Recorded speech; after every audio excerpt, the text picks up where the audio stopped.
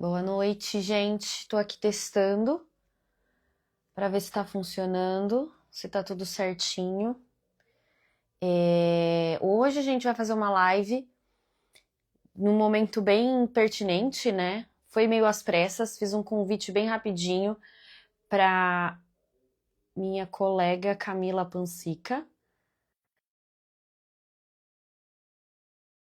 Sobre violência contra a mulher, né? Um tema muito pertinente, a gente está caminhando agora, né, pro Dia Internacional da Mulher. Oi! Oi! Você tá me ouvindo?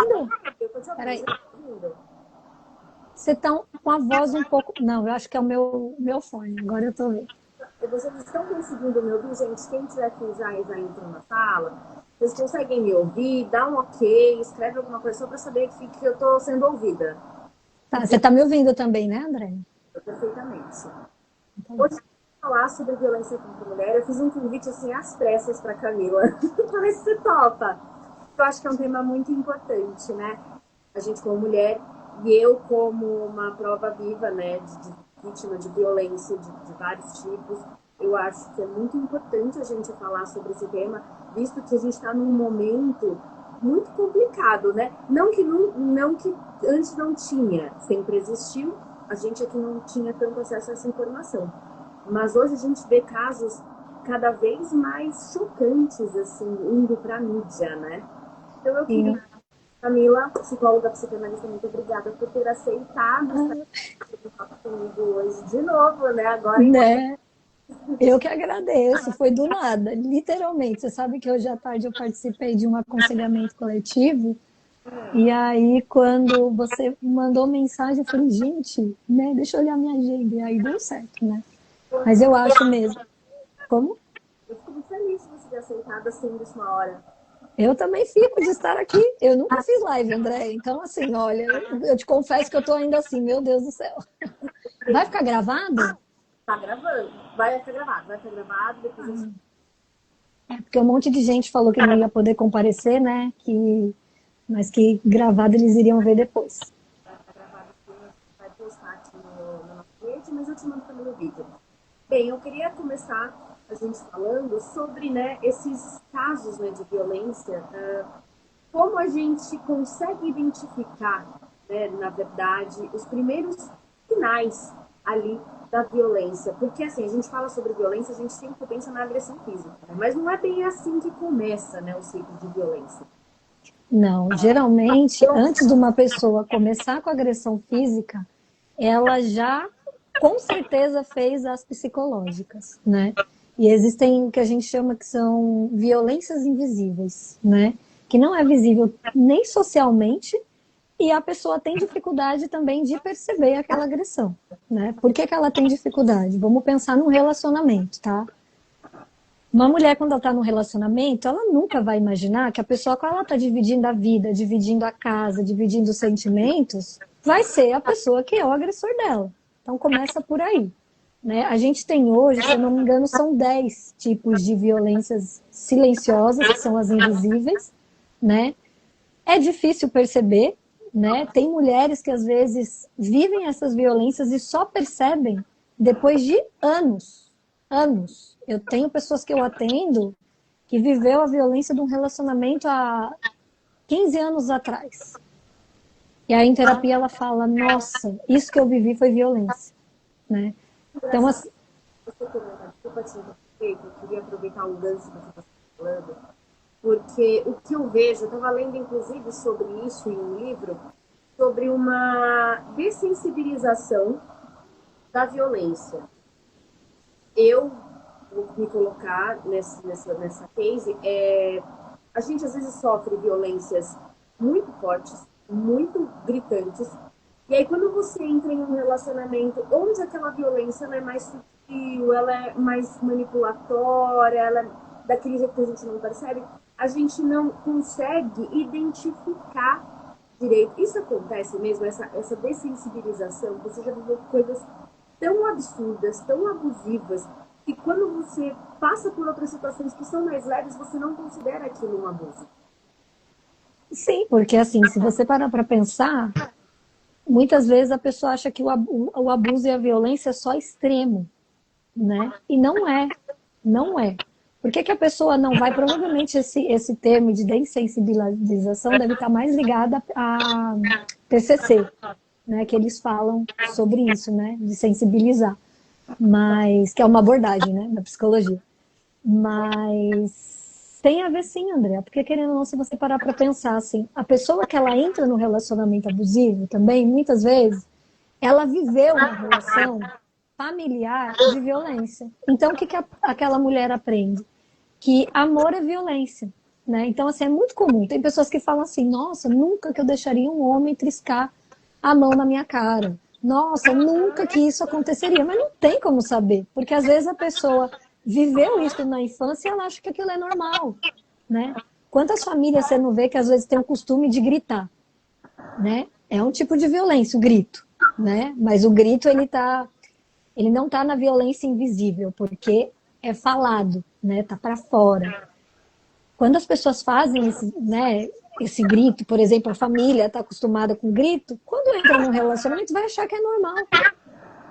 Uma pessoa gritar com a outra, que o parceiro pode gritar, que ela pode abaixar a cabeça, né? Tem outro tipo também que é bem comum, assim, que... Como? Naturalização da violência, do extremo? Tem Como? uma naturalização? Deu uma cortada, não ouvi. Está conseguindo me ouvir? Tô, mas é porque às vezes tá dando uma picotadinha, mas pode falar. Naturalização dessa violência, né? Porque a gente, como a gente já disse, a violência, às vezes as pessoas a identificam como sendo uma agressão física. Mas existem outras formas de violência, de abusos, né? Que a mulher sofre, principalmente no âmbito familiar, né? Sim, por exemplo, tem uma que as pessoas acham muito comum, fazer brincadeira.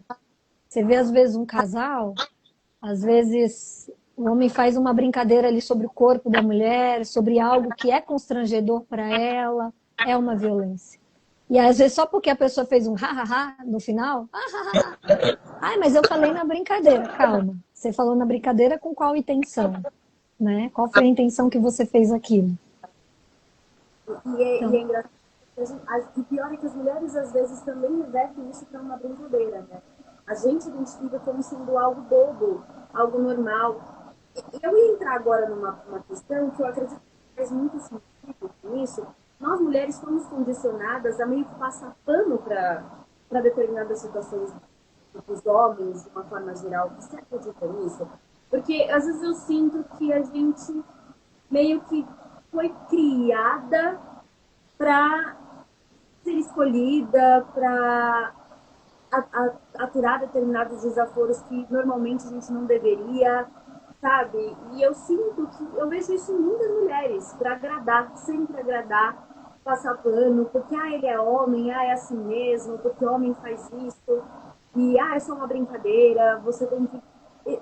Ainda vivemos essa realidade no Brasil? com certeza, a mulherada acha que ela é como se elas estivessem na prateleira, né? Para serem escolhidas. É difícil você ver uma mulher escolher, né? Geralmente elas esperam que o homem escolha. E aí você pensa, se ela deixa que o homem a escolha, se ela está numa prateleira disponível, quem será esse homem que vai escolhê-la? Né? Quais são os tipos de valores que esse homem vai ter? E isso é engraçado, porque no final das contas a gente fica nessa prateleira para ser escolhida e muitas vezes a gente acaba aceitando qualquer pessoa que te escolhe. Você acaba não tendo até critérios, você diminui inclusive a sua régua do que você quer.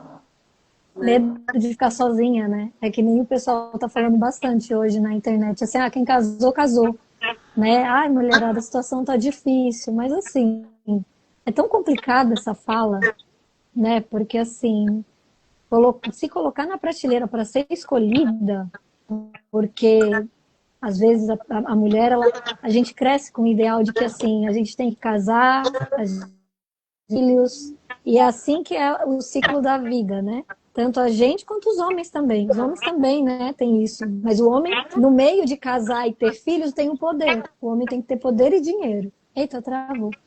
Tá vendo aí? Tá bem tranquilo. Você deu uma... Ficou girando assim, mas voltou. Você acha que a gente acaba aceitando então as coisas, principalmente por conta dessa ideia que a gente tem idealizada, porque na verdade o nosso valor se prova se a gente é casada, se a gente tem filho, se a gente vai construir família. E muitas vezes a gente tolera situações de violência e de abuso justamente por medo de ficar sozinho, por medo de perder essa validação. Com certeza. E aí, assim, se você parar para pensar, a mulher tem um prazo de validade, socialmente falando, né? E aí o que eu vejo muito, assim, principalmente na clínica, mulheres mais velhas, desesperadas para entrarem em relacionamentos, para casarem, porque acham que vão ficar sozinha, e aí começa naquele desespero e aceita qualquer pessoa que vem. Né? A pessoa nem tem régua, né? Aí é o que você falou da régua, que baixa de uma maneira que. Não, isso é verdade. E agora, falando sobre esse tema, eu achei interessante a gente entrar na seara dos Red Pills, porque eles reforçam muito esse padrão, né? Eles reforçam muito essa ideia de que a mulher, o valor dela vai diminuindo conforme algumas lacunas não preenchidas, né? Então, se ela já tem filhos, menos 10 pontos. Se ela já passou dos 30, menos 20, sabe? É uma escala, né? Então, as mulheres, por mais que a gente às vezes fale, nossa, que discurso idiota. Eu mesma já me coloco nessa situação. Por mais que eu fale, nossa, que discurso babaca. Isso entra na nossa cabeça de uma forma que você já tem a autocobrança social, que você cresce, você já pensa muito nisso. Desde criança você pensa nisso, você é educada para ser escolhida por alguém, você é educada a acreditar que você só vai ser feliz se você tiver um homem. E aí entram esses discursos depois que você já é adulta, e você é mãe solteira, e você já passou dos 40, e você fala, gente, agora acabou minhas chances, minhas possibilidades de encontrar alguém, e eu preciso ter alguém, e você, a sua régua diminui pra caramba, você acaba tolerando o intolerável, e até aceitando, às vezes, pessoas que não faziam, nem fazem muito parte daquilo que você gostaria de ter para sua vida. Mas você percebe, assim, eu não sei se você consegue perceber que esse movimento Red Pill, ele tenta colocar pessoas em manuais. Eu acho isso muito problemático, né? Porque ensina assim, primeiro que o homem, né, desde pequenininho, se você for parar para pensar, você brinca com uma menina de boneca, você brinca com um menino de lutinha, né? Os homens são sempre colocados nesses lugares de competição, né? Tem o competir, tem o competir. E o movimento Red Pill faz isso. Coloca o relacionamento, que é um casal, que é para os dois serem parceiros, caminharem juntos, num lugar de competição. Então, assim, tem que ser mais duro emocionalmente, você não pode ser super carinhoso, você tem que ser. Porque senão você vai perder o seu lado masculino. É extremamente problemática essa fala, né? Porque eles fazem muito isso de separar. Você está perdendo aí sua energia feminina, sua energia masculina. Eu odeio essa fala, Andréia. Eu odeio, e eu sei que tem psicóloga usando isso.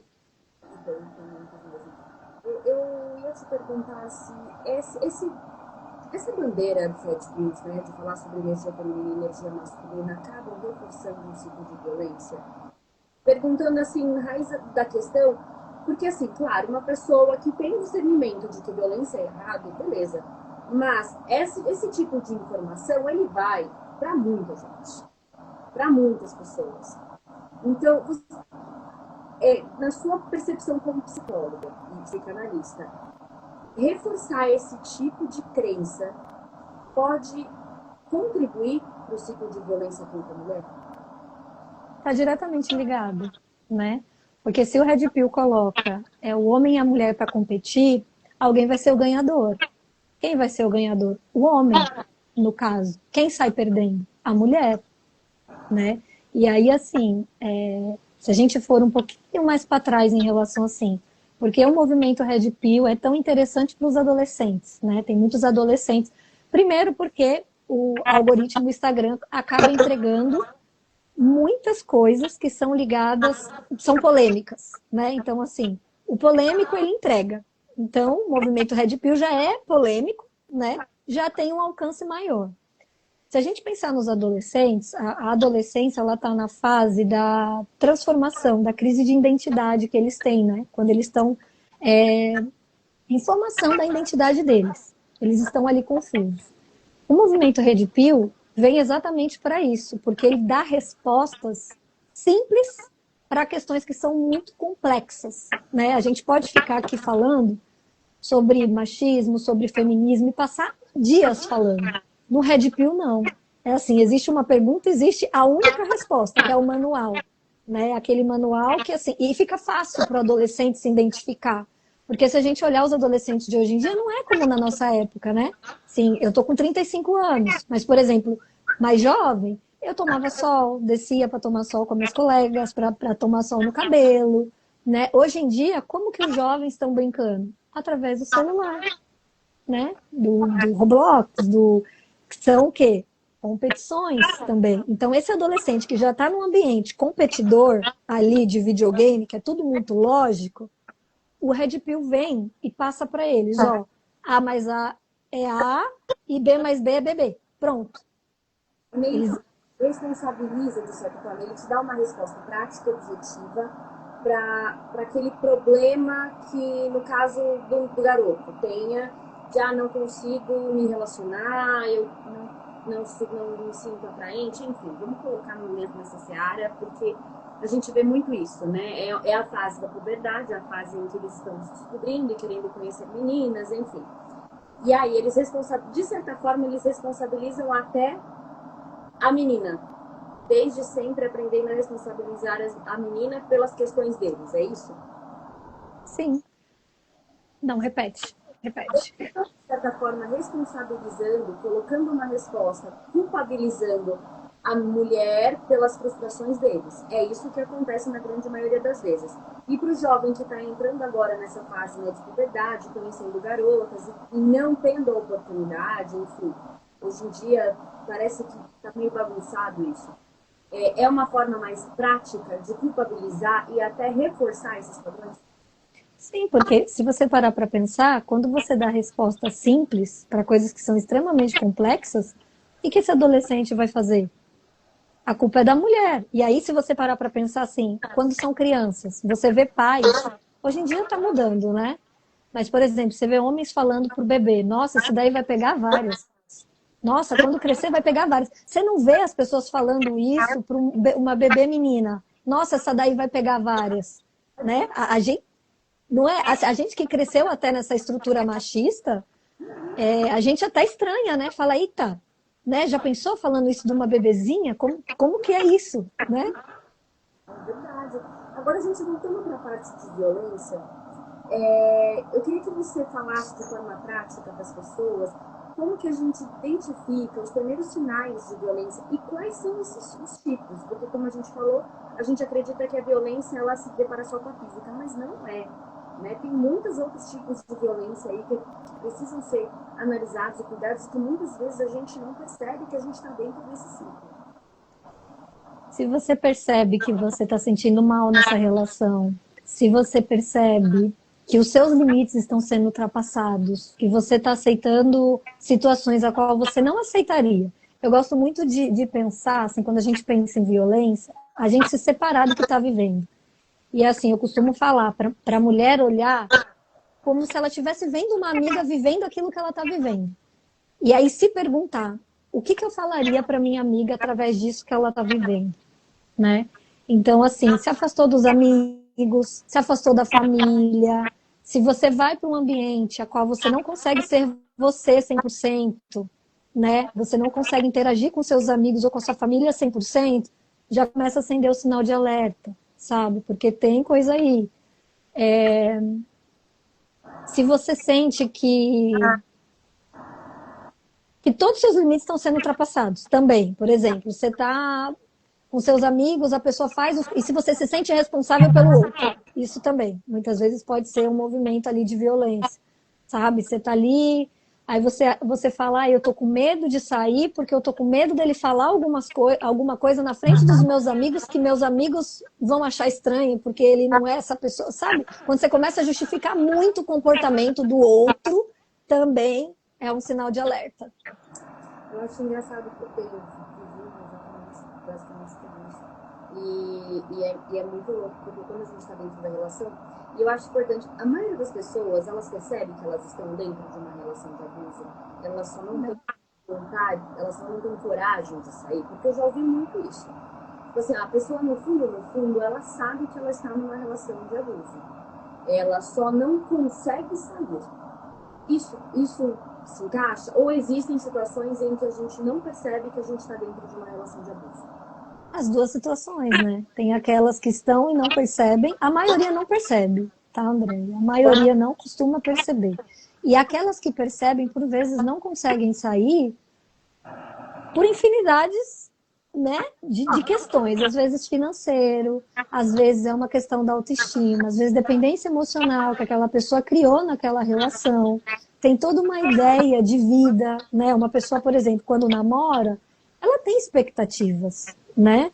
Então, assim, terminar com aquela relação, você vai estar minando todas as expectativas que você criou, né? Então, assim, não é tão fácil. E fora o ciclo da violência, que é um ciclo que libera muita adrenalina, né?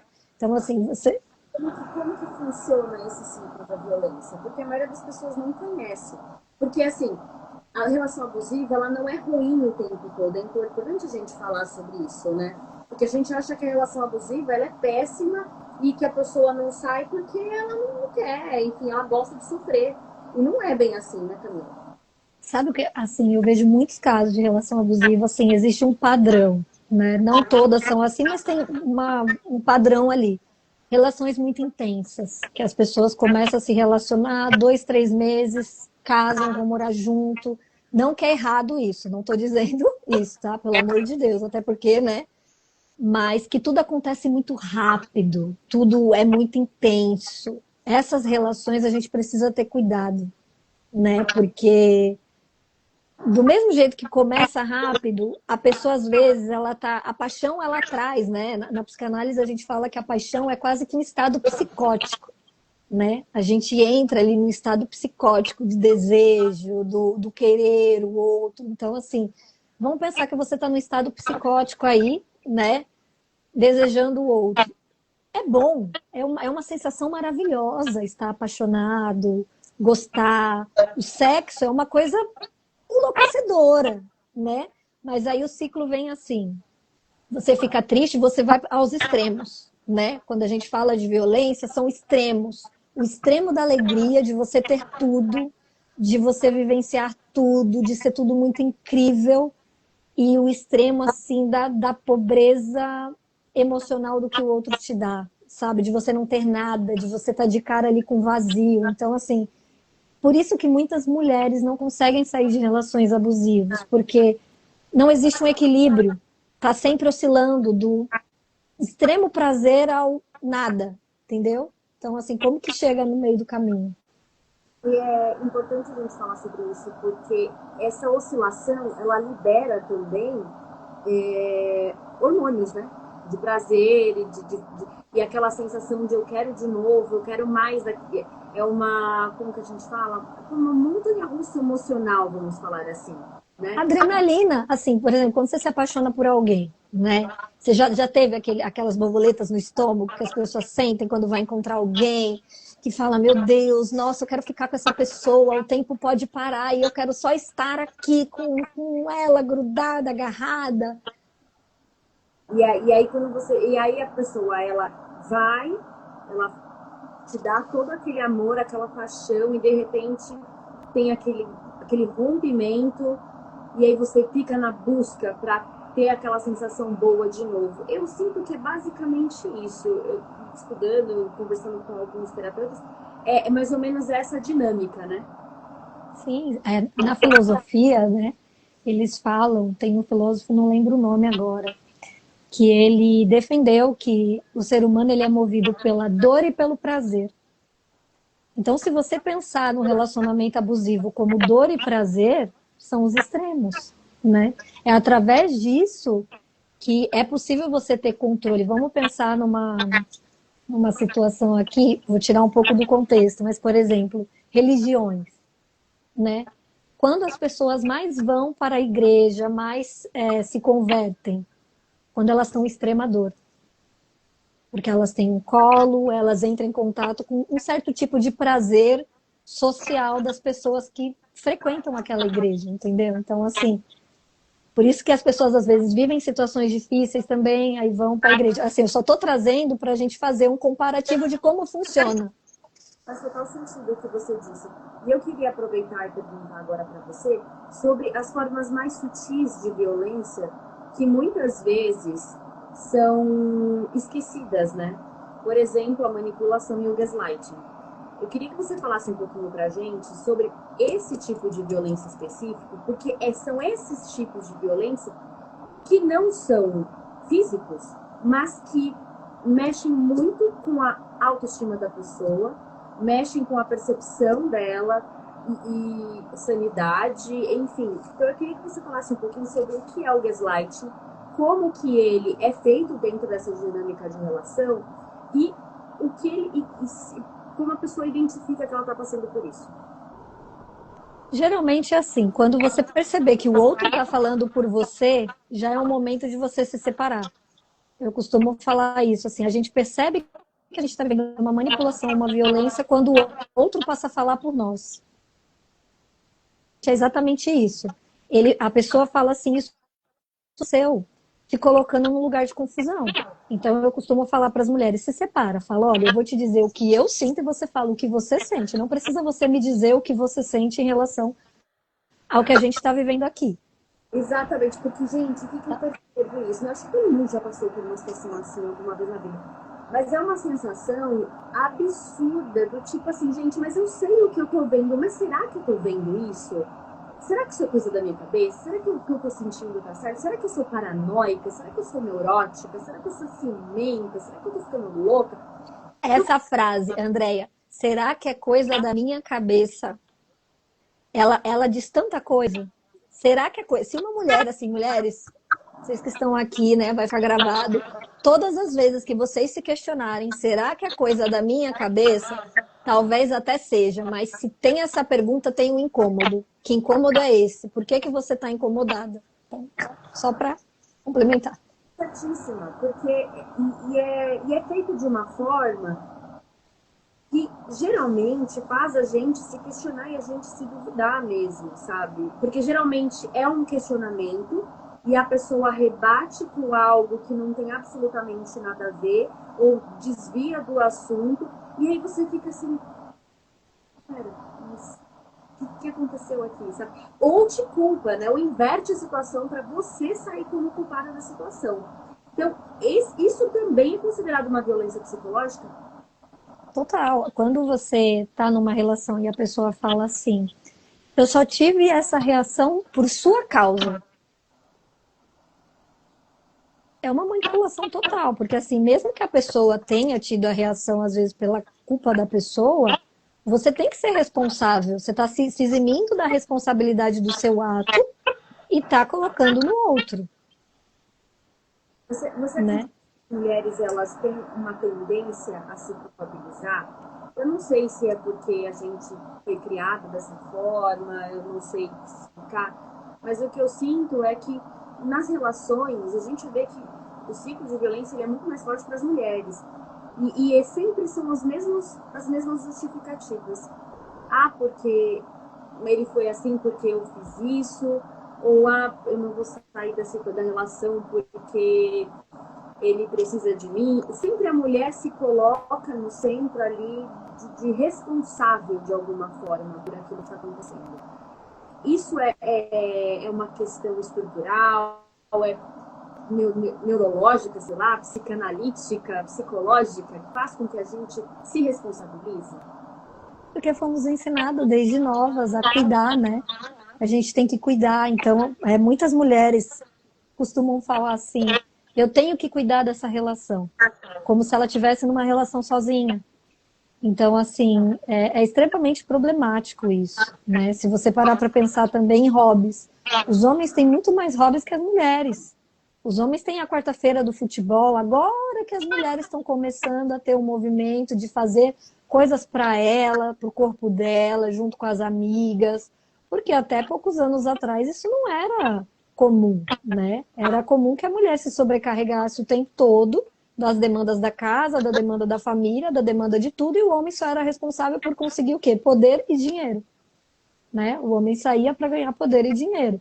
Então, eu acredito que muito dessa estrutura, né, ainda tem hoje, que o homem ainda continua buscando poder e dinheiro, as mulheres estamos conseguindo lugares, né, ao lado desses homens, né, uma luta que a gente vai ter que ter aí ainda, mas temos uma longa batalha pela frente ainda, Andréia.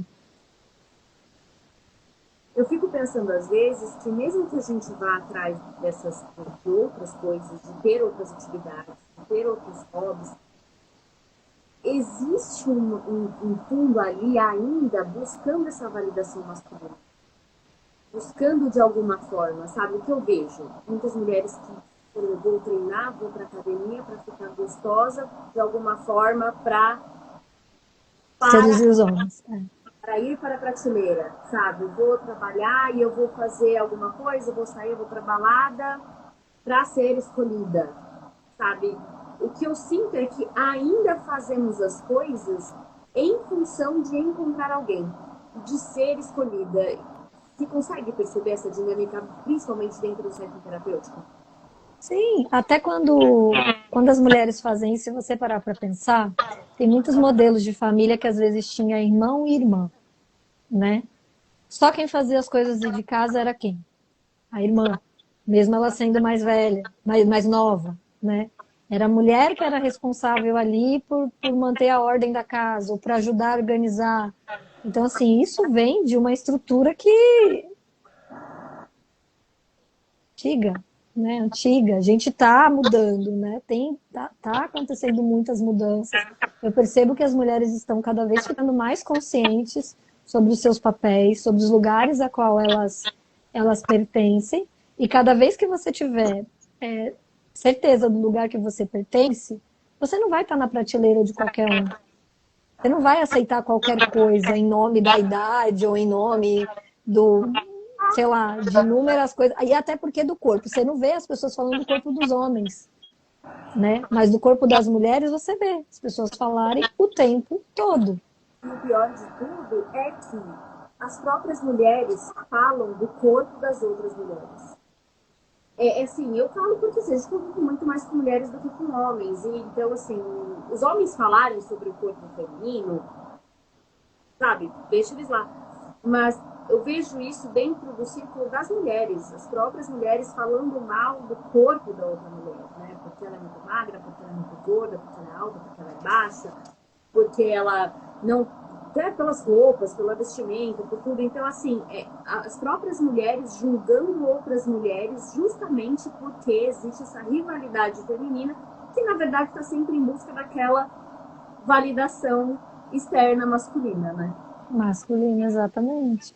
E assim, se você parar para pensar,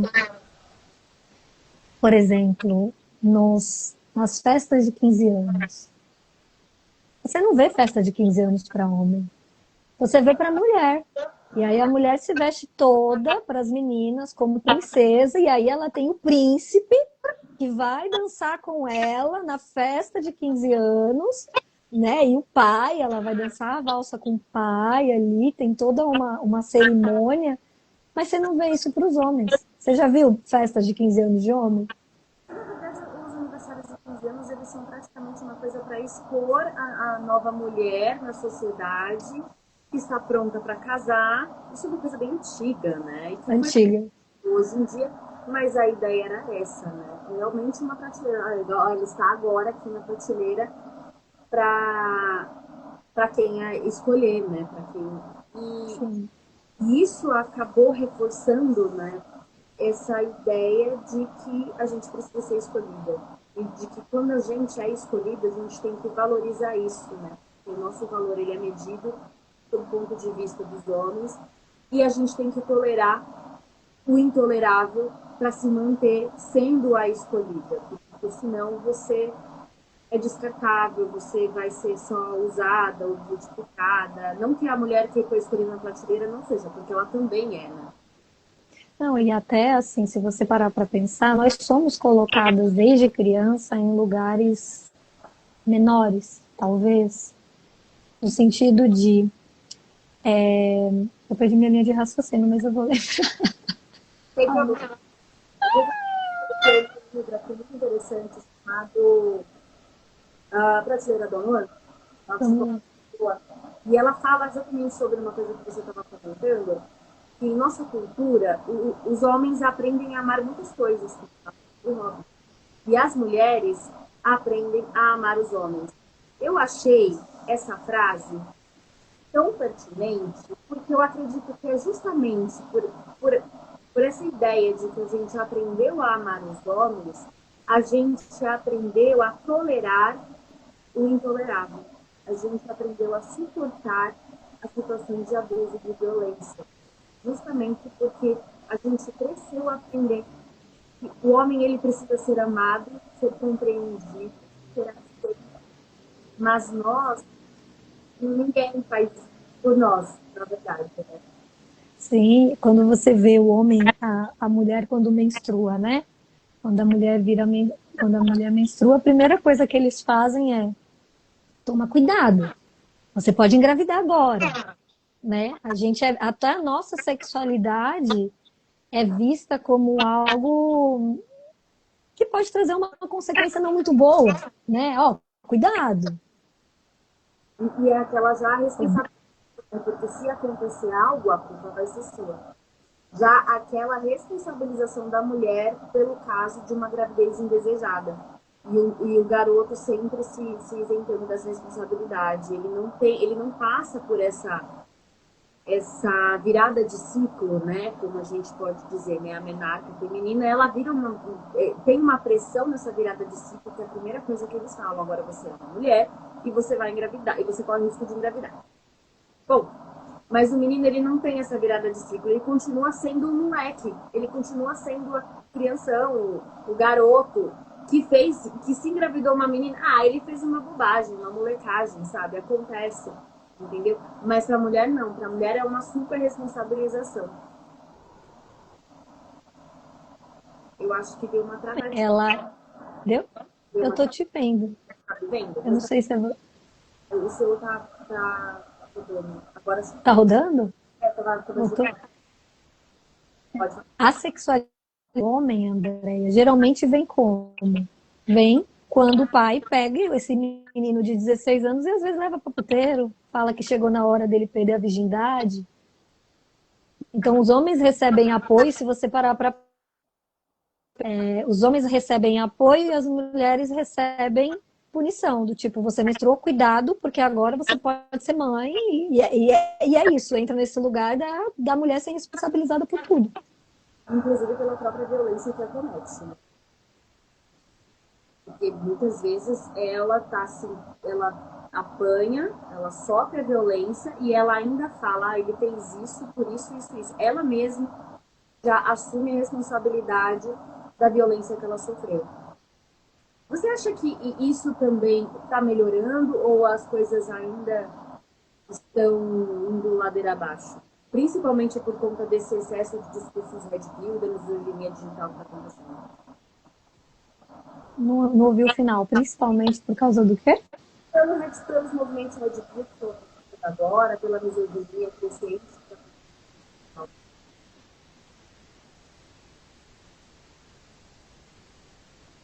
Basta, voltou. Pronto. Se você... Eu consegui. Você perguntou se a situação zoológica está melhorando ou está piorando, né? Depois desse movimento Red Pill. Notícia. Eu vi uma crescente de notícias sobre violência da mulher. A gente teve casos no Rio de Janeiro, casos de vídeo, né? Agora eu não te ouvi nada.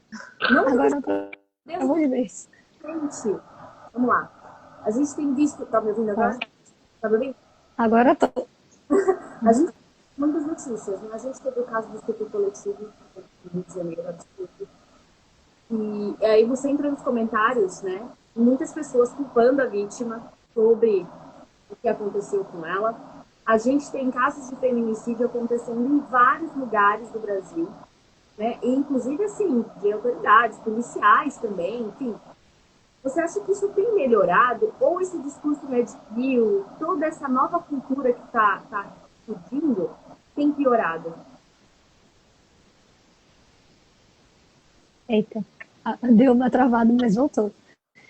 Eu acho que não, Andréia. E me preocupa também, sabe? Ver as redes sociais e acontecendo assim, mesmo eu sendo psicóloga, trabalhando com mulheres vítimas de todo um preparo para isso. Eu confesso que não tenho ficado muito na internet, nas redes sociais, porque tá pesado. Mas eu acho que tá pesado também porque as mulheres estão falando mais, né? As coisas não estão ficando mais embaixo, sempre ficaram, né? Você acha que essa onda, né, Red Pill, enfim, todo esse tipo de violência que está acontecendo, tem um pouco a ver com o fato dos homens não saberem lidar muitas vezes com o não e com as situações? Eles não conseguem lidar com não porque eles não são ensinados, né? Eu acho que isso tem muito a ver com criação também, sabe? Com cultura. E assim, a partir do momento que os homens enxergam mulheres como objetos, né? Como que eles vão parar de vê-las enquanto objetos, sabe? Isso está muito relacionado à Alguém? Isso está muito relacionado com a educação também, né? Eu acho que é importante que os pais comecem a educar os seus meninos e as suas meninas, né, de forma até igualitária, para que isso não exista, né, uma coisa de hierarquia, né, de gênero, vamos dizer assim, para as meninas sentirem que precisam acolher os rapazes, enquanto os meninos eles precisam estar na posição de macho alfa e de eu sou superior, né, ao feminino, vamos dizer assim. E muitas vezes, se você está num grupinho de amigos, eu percebo isso, por exemplo, pelo meu enteado. Os homens, eles olham através da força. Então, assim, por exemplo, o menino mais popular da sala dele é o menino mais alto e mais forte, né? Olha que funcionamento mais primitivo, né? Porque se a gente voltar lá para a época das cavernas, de fato, isso poderia fazer algum sentido, os homens serem a idade da pedra, né? Sim. Né? E terem mais. Mas assim, hoje é uma era totalmente lógica que já não é preciso mais isso, né? Por exemplo, eu vejo pelo meu enteado, ele veio falar esses dias que ele gostaria de ser pedreiro. Eu perguntei, pedreiro? Ele falou assim, porque pedreiro constrói casa, eles são muito fortes. É, é a força. É a força. É a força, é isso assim, se a gente induz esse garoto a perceber que a força é através da força que ele essas crianças, né? Porque não é através da força, né, que a gente consegue as coisas, que não somos animais, né, para conseguir dessa maneira. Então, eu acho que assim, o que ensinar, sabe, educação, né? E aí eu vejo muitas pessoas falarem assim, é muito interessante, porque assim, se a mulher engravida de um cara que não assume o filho, você escolheu o pai errado para o seu filho. Até isso é responsabilidade da mulher. E aí eu percebo que é tão natural os homens fazerem isso, que às vezes quando eles fazem esse comentário, eles nem param para pensar que eles com essa fala eles estão culpando a mulher já nasce culpada. Eu brinco, eu falo assim, a gente já nasce com um cinto de castidade, né? E é todo um processo para a gente sair desse lugar de culpa, de que não estamos erradas, de que a gente tem que achar nossos lugares. Sabe? Eu não conheço, Andréa, nenhuma psicóloga que trabalhe com mulheres, e principalmente mulheres com violência, que não tenha um quê de feminismo, sabe? Porque é isso, eu acho também que tem muito de conhecimento. As pessoas não têm conhecimento, as pessoas não sabem nem o que é o feminismo, nem o que é o machismo, nem o quanto. Não sabem. Eles só acham que é uma grande guerra que as mulheres fazem contra os homens, né? Que a gente quer tirar o poder deles. É isso que eles pensam. Consideração que o machismo é prejudicial, inclusive, para os homens. Porque essa coisa do homem não poder ser sensível, do homem não poder ser vulnerável, do homem não poder se permitir chorar, por exemplo. Isso, o homem, por exemplo, não poder ir numa delegacia porque foi vítima de uma agressão que a mulher deu nele, e ele tem vergonha de ir na delegacia falar que ele sofreu violência. Tudo isso é um reforço do próprio machismo, que o homem também sofre. É tão dolorido para o homem quanto para a mulher, né? E eu vejo todos os dias na clínica, todos os dias, homens emocionalmente imaturos, que são incapazes de nomear um sentimento, incapazes de ter conversa, que eu não atendo casal, né? Mas assim, comunicação, que os homens não conseguem se comunicar, porque eles não foram ensinados. Aquilo do tipo, você tá chorando que nem uma menininha, já coloca a gente no lugar de inferioridade. Porque se a mulher chorar, a mulher ela é menos, ela tá errada, ela é uma menininha, ela é uma marica, sabe? Tudo que coloca, né, sempre inferiorizando a mulher, sempre colocando ela numa seara de inferior, de algo menor, menos, né, do que o homem. A mulher não é forte, né? A mulher ela chora. Ser sensível, imagina, isso é horrível, né? Então, são discursos absurdos e que hoje a gente percebe, e acho que até com a internet, são extremamente reforçados, né? Total, que é o manual, né? A mulher faz drama, né? E o homem, ele não pode sentir, né? Ele não pode sentir. Você sabe que a maioria, assim, se você puxar, eu não sei como tá agora, mas há uns anos atrás, o maior índice de suicídio que tinha eram de homens no sul do país. Pois é. A gente nem precisa falar por quê, né? Assim. A gente nem precisa falar sobre o porquê, né? Faz total sentido, A cobrança. Cobrança. Eles têm uma colonização mais alemã, né? Então, assim, de serem mais fechados, mais não poderem expor ali os sentimentos. Por isso, porque assim, se você não põe para fora, aquilo te consome. Né? Homens fazendo terapia, para você ter noção, assim, os homens, assim, 90% dos homens que eu atendo vêm para terapia porque a mulher falou que se não fizesse terapia iria separar. Então eles vêm através de uma ameaça, não é nem porque eles querem, eles falam assim, eu tô aqui único exclusivamente por conta da minha esposa. Isso é pior, porque ele não acha que ele tem um problema, ele não acha que ele tem uma questão. E não tem coisa mais horrível de você conversar dentro de um relacionamento com um homem que não acha que tem algo de errado, mas está machucando a sua esposa de alguma forma. Não estou nem falando fisicamente, às vezes é verbalmente, psicologicamente, sabe? E a mulher, ela fazendo vias de mãe, falando, você vai ter que fazer terapia, porque senão eu vou embora. Sabe, a pessoa ela não consegue olhar para dentro de si e entender que o que ela está fazendo é problemático. E os homens, eles têm muito isso, né? Eles não conseguem olhar para dentro de si. Não. Eu já atendi homens que queriam diagnósticos de autismo para continuarem sendo violentos com a sua família. Olha isso. Assim, do tipo, será que eu não tenho um autismo? Na verdade, a pessoa não tinha autismo. Queriam usar o autismo como muleta. Como muleta, para continuar fazendo, porque é muito mais difícil do homem parar e ver as atitudes que ele está tendo, se responsabilizar, porque aí ele não se responsabiliza, né? Se a gente cresce numa sociedade que o homem não foi ensinado a se responsabilizar pelas atitudes, o que ele vai fazer? A culpa é de uma doença. Em vez da culpa ser da mulher, a culpa é de um diagnóstico. Gente, isso é tão absurdo. Isso é tão absurdo. E você falou uma coisa muito, muito pertinente, né? Eles não... existe uma falta de responsabilização. Porque eu já vi muitos casos, inclusive, de homens falando assim, eu fiz isso com você, mas... Então, tipo assim, ele começa falando sobre a autorresponsabilidade, ele tem consciência do que ele fez, mas ele acha que o que ele fez é justificável.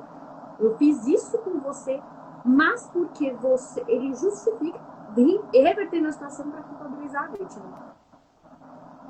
A culpada é você, porque eu sou incapaz de me colocar no lugar de culpado, né? Ainda assim, eu tive essa atitude por culpa sua. Mas é o que eu falo, assim, as mulheres Nesses momentos elas podem se separar no sentido, responda você por você, eu vou responder por mim, combinado? Sim, todas as pacientes que eu atendo, que elas estão num processo ali de violência, eu costumo falar. Muitas falam, eu não consigo conversar, eu não consigo dialogar, é impossível.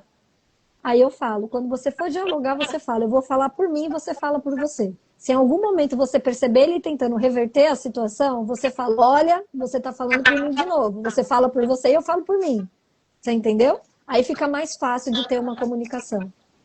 E quando a gente percebe que tem um amigo ou uma amiga que está passando por uma situação que é no mínimo estranha, como que a gente lida com essa situação, né? Para conversar, porque eu já entendo que às vezes é difícil você abordar isso com a pessoa que está vivenciando. Principalmente porque muitas vezes essa pessoa vai acabar se distanciando de você até pela pressão do parceiro. Então, como que você lida com uma situação sabendo que está acontecendo algo de errado com o seu amigo, com a sua amiga, com o seu parente? Como fazer essa coisa? É desesperador, né? Quando você vê uma pessoa que você ama num lugar de violência, né? Mas assim, não tem o que fazer. O que fazer, na verdade, é estar perto dessa pessoa. Porque muitas vezes é o que você falou, se você for alertar, essa pessoa às vezes vai estar tão cega, né? Porque existe todo um processo para a pessoa às vezes se perceber nesse lugar de violência. E até quando ela se percebe, existe um outro processo para ela sair desses lugares de violência, né? Então, assim, não é algo que é fácil, simples. Não foi fácil, simples que ela entrou nessa relação, né? Tem várias variáveis em volta disso. Mas, o que eu falo? Se mantenha próxima, sabe? Seja amiga, no sentido de a pessoa vai falar, a pessoa vai abrir sobre o relacionamento, solta um pouquinho aqui, um negocinho, uma pergunta ali para deixar a pessoa com a pulga atrás da orelha, mas se mostra presente. Se você perceber que a vida dela está em risco, aí sim. Aí você precisa falar, olha, você vai acabar morrendo nessa situação. Então, assim, o que você vai fazer da sua vida ou eu vou fazer? Porque tem muitos casos de mulheres que umas denunciam o parceiro da outra e, enfim, conseguem se ajustar, mas é difícil. Você acha que um relacionamento que, agora falando muito sério, você acha que um relacionamento abusivo, para alertar as mulheres, tá? Porque eu sei que a gente acredita que sempre tem conserto. A gente não fica numa relação abusiva porque a gente acha que ele gosta de sofrer e a gente quer o sofrimento. A gente acha que vai melhorar. Tem como melhorar? Uma pergunta psicologicamente falando, tem como essa relação que começou abusiva, violenta, ela melhorar? Tem.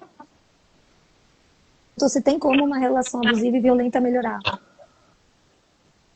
Como que a gente faz isso? Precisa partir de alguém ou a gente precisa entender que o outro não quer essa ajuda, não tem como, é melhor ir embora se você tá... Andréia, essa pergunta é um pouco complexa, né? Porque, assim, eu sou psicóloga, se eu não acreditasse na mudança, né? Que eu vejo tantas pessoas se transformarem dia após dia, Pode... talvez a minha... Como? Eu acho muito importante que a gente entenda que pode haver mudança desde que o outro tenha essa vontade, essa disposição. Sim, mudanças acontecem. E assim, e posso te falar, toda pessoa é tóxica em algum nível. Toda pessoa é. Perfeito. Em algum momento em relações minhas eu já fui tóxica. Às vezes eu tenho relações mais abusivas, né? Destruir o outro. A partir do momento que você destrói o outro enquanto pessoa, enquanto unidade, não é saudável, né? Então, assim, muitos casais, mas quando procuram terapia de casal, pelas minhas colegas que são terapeutas de casal, tá? É quando o relacionamento já não tem mais o que consertar, né? É um ou outro que consegue consertar a relação ali na terapia de casal, mas eu acho que é de cada um, né? Eu acho interessante essas mulheres colocarem um limite do tipo assim, eu acho possível que o outro mude. Fala muito sobre o lugar que a pessoa a pessoa permanece nessa relação de violência, isso fala muito mais sobre ela aceitar ficar nesse lugar e por que ela aceita ficar nesse lugar do que e se separar, né, do outro, da violência que o outro faz. Agora, conversando, a gente está caminhando já 5 minutos. Obrigada pela sua participação, Camila. Eu queria que você passasse um recado para as mulheres que estão passando por relações de abuso e as que já sabem e buscar ajuda, né, de alguma forma, como elas identificam, passar um recadinho para essas mulheres. André? Tá me ouvindo? Você deu um recado, né? É porque tá falhando, né? Tem umas horas. Você desse um recadinho? Queria que você desse um recadinho para as pessoas que estão passando por de abuso, as mulheres que estão passando por situação de abuso, ou quem conhece, né? Como ajudar, como acolher, né? Quais os primeiros sinais, se tem algo de errado nessa relação, para a gente já finalizar, que a gente já está caminhando para o final. Mulheres, em que vocês estão sendo diminuídas, estão... Tá ouvindo? Estou te ouvindo. Então, se vocês sentem que vocês estão sendo diminuídas, que vocês estão tristes no relacionamento, tem algo que a gente costumam ter crises de ansiedade depois que estão numa relação, isso fala muito sobre o seu corpo, está em sistema de alerta. Procurem ajuda, busquem amigos, né? Não se afastem, às vezes vocês se afastam de todos os amigos, mas deixa um pelo menos ali que possa se apoiar, né? E peçam ajuda. As pessoas que veem amigos em situação de violência, estejam perto, né? Não abandonem, né? Estejam ali como ouvido, porque é para a pessoa, né? Porque uma hora essa pessoa, pode ser que ela saia desse lugar de violência e precisa muito de você enquanto amiga, sabe? Acolher, né? Tem que acolher, tem que estar por perto. Não, eu acredito que evitar o confronto com o amigo que está passando por isso é muito importante, porque o que mais acontece é a pessoa se afastar e aí ela fica realmente isolada. E o isolamento é o pior nessas situações de abuso, né? Sim, as mulheres que sofrem violência, elas costumam ter uma frase que você pergunta assim, como você se sentiu ao sair dessa relação? E elas falam, anestesiada, é a palavra, né? Porque elas muitas vezes não conseguem nem nomear as violências que sofreu, que a anestesia palavra ali no sentimento que ela tá naquele momento, sabe? Eu acho engraçado, porque agora colocando aqui, só pra gente colocar o meu depoimento.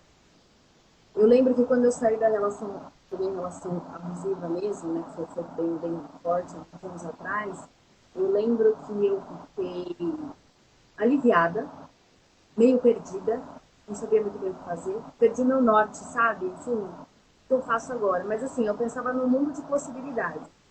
Foi muito revelador.